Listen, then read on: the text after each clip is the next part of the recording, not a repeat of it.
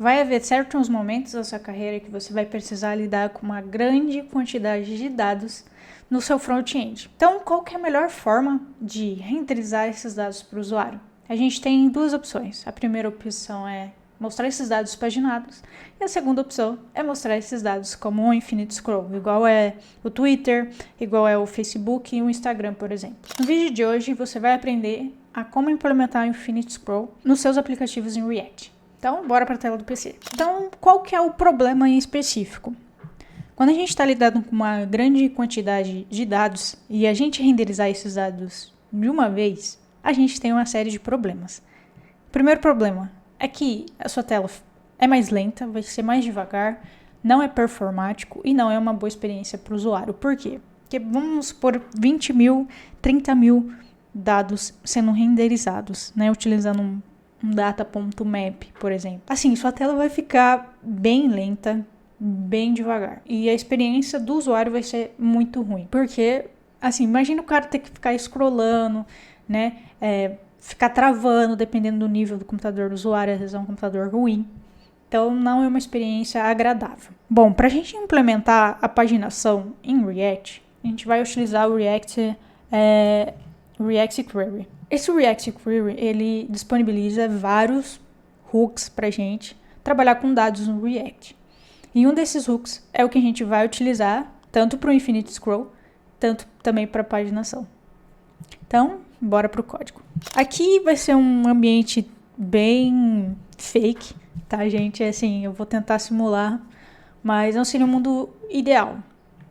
Por quê? Primeiramente, vamos importar aqui um Infinite Query. Mas antes, tá? Eu esqueci de mencionar aqui. Desculpa, gente.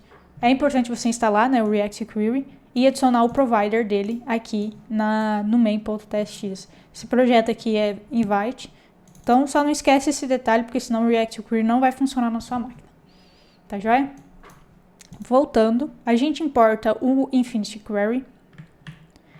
E aqui eu tô criando um ambiente totalmente fake, né? Como eu não tenho back-end, então eu tô fazendo aqui um ambiente fake. Então eu criei um array de pessoas que tem como propriedades o ID e o nome, né? E a quantidade de usuários que eu quero mostrar por tela. Que aqui, só 2. Aqui é a minha função responsável por buscar os usuários, né? Então aqui eu tô simulando uma paginação no back-end, então aqui ele vai quebrar o array, né? Da página que eu tô até quantos usuários eu quero mostrar. Então, na teoria, no mundo real você não vai utilizar isso. No mundo real, provavelmente seu back-end vai retornar esses dados paginados para você, porque existem milhares de ORM que já faz isso para o back-end ali. Beleza, então na sequência a gente vai chamar esse hook, né, o useInfinityQuery. A gente vai precisar utilizar o data, o fetchNextPage, o isFetchingNextPage. Aqui tem várias propriedades que a gente consegue utilizar para validar se ele está fazendo fetch ou não. Nesse caso em específico da paginação, a gente vai utilizar ele. A gente precisa passar uma string aqui única para ele. E o segundo parâmetro que a gente vai chamar é uma função que vai ser o primeiro fetch que ele vai fazer. Então, aqui o pageParam vai ser como 1, faz o fetch e vai retornar os dados para a gente. O terceiro parâmetro a gente vai passar um objeto como propriedade, que seria a função getNextParam, né? Então aqui a gente teria que verificar se há mais páginas serem carregadas, né? Como o back-end não retorna esses dados para a gente só dá um allLength mais 1, né? E aqui o initial data. Então aqui o initial data eu dou um slice do usuário, então de pessoas, né? Então eu quero pegar do 0 ao 2. E o pageParams é igual a 1. Assim, no mundo real, o back-end ele vai retornar para a gente algo mais ou menos assim. Então ele vai retornar um array de dados contendo slash, se é o último, se é true, não, se aqui é isFirst, né? IsFirst.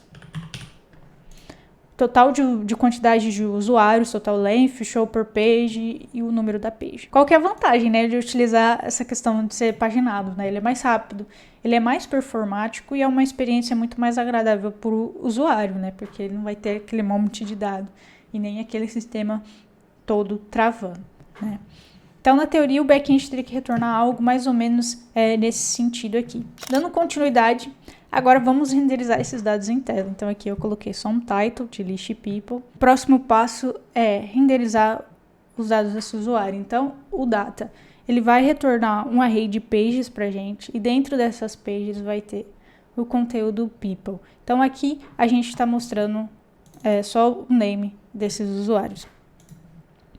E a gente vai precisar também de um botão, né? Então, aqui no onClick, ele vai fazer um clique para a próxima página. E aqui eu faço uma validação de texto mesmo. Então, se ele está fazendo requisição, ele mostra um texto de loading. Se caso tem próxima página, ele vai mostrar o next page. Caso ao contrário, ele vai falar para o usuário, ó, acabou. Então, vamos ver se está funcionando. Certo? Então, aqui ele está mostrando os dois. Então, aqui, aparentemente, está funcionando, né, corretamente. Ele está filtrando de 2 em 2. Até chegar no final, que ele mostra o end. E é dessa forma que a gente lida com paginação aqui dentro do React, utilizando o Use Infinity Query do React Query. Agora que a gente já fez essa primeira parte, vamos para o Infinite Scroll, né? Então, qual que é a questão do Infinite Scroll? Ele é mais rápido, ele é mais performático, é uma experiência mais agradável e mais aceitável para o usuário também, né? Só que o Infinite Scroll ele pode ter o mesmo problema que a gente falou inicialmente, do usuário, dele renderizar, né, todo o contexto ali dos itens na página. Então, para isso, a gente vai utilizar mais duas libraries de suporte para a gente. A primeira library é o React Window, que ele vai renderizar especificamente o size da sua tela, né? Então, ele é muito útil para lidar com dados grandes. Então, vamos supor que seu back-end não vai retornar esses dados paginados para você. Então, como que você vai lidar com isso no front? Você não vai renderizar isso tudo de uma vez para o usuário, porque, igual eu te falei, não é uma experiência agradável. Então, qual que é a melhor forma de lidar com isso? Você consegue utilizar o React Window, que daí ele vai renderizar só aquilo, e especificamente só aqueles dados. Você consegue definir um tamanho para ele, e ele não vai renderizar todos aqueles dados diretamente no DOM. Então, vai aumentar sua performance, muito. E a gente vai precisar também desse cara, React Virtualize Outsizer, porque no React Window você precisa especificar para ele o width e o height. E você precisa fazer cálculos ali, né? Então, a gente vai utilizar essa library para ajudar a gente, porque essa library já faz esse cálculo para a gente, de tamanho e width. Então, a gente vai utilizar as duas em conjunto. Então, bora lá. O que a gente vai fazer aqui? Eu já fiz algumas alterações, estou dando um errinho aqui. Primeiro, eu limpei o que estava sendo renderizado. Eu coloquei como with the full overflow hiding. Eu removi duas propriedades aqui, porque a gente vai adicionar outras duas. Mas, primeiramente, o que a gente vai precisar, né? Depois que você tem instalado o React Window e o React Virtualize Outsizer, a gente vai precisar importar eles. A lista de peoples vai continuar a mesma coisa. Isso aqui tudo vai continuar a mesma coisa. E agora a gente vai precisar adicionar mais duas novas propriedades, que é o hasNextPage e o isFetching. Aqui também vai continuar a mesma coisa. Então tá, vamos lá para o que interessa aqui. O que eu estou fazendo aqui? Eu estou fazendo um data.pages flat map. O que é o flat map, né? Porque ele não é tão utilizado como o map, por exemplo.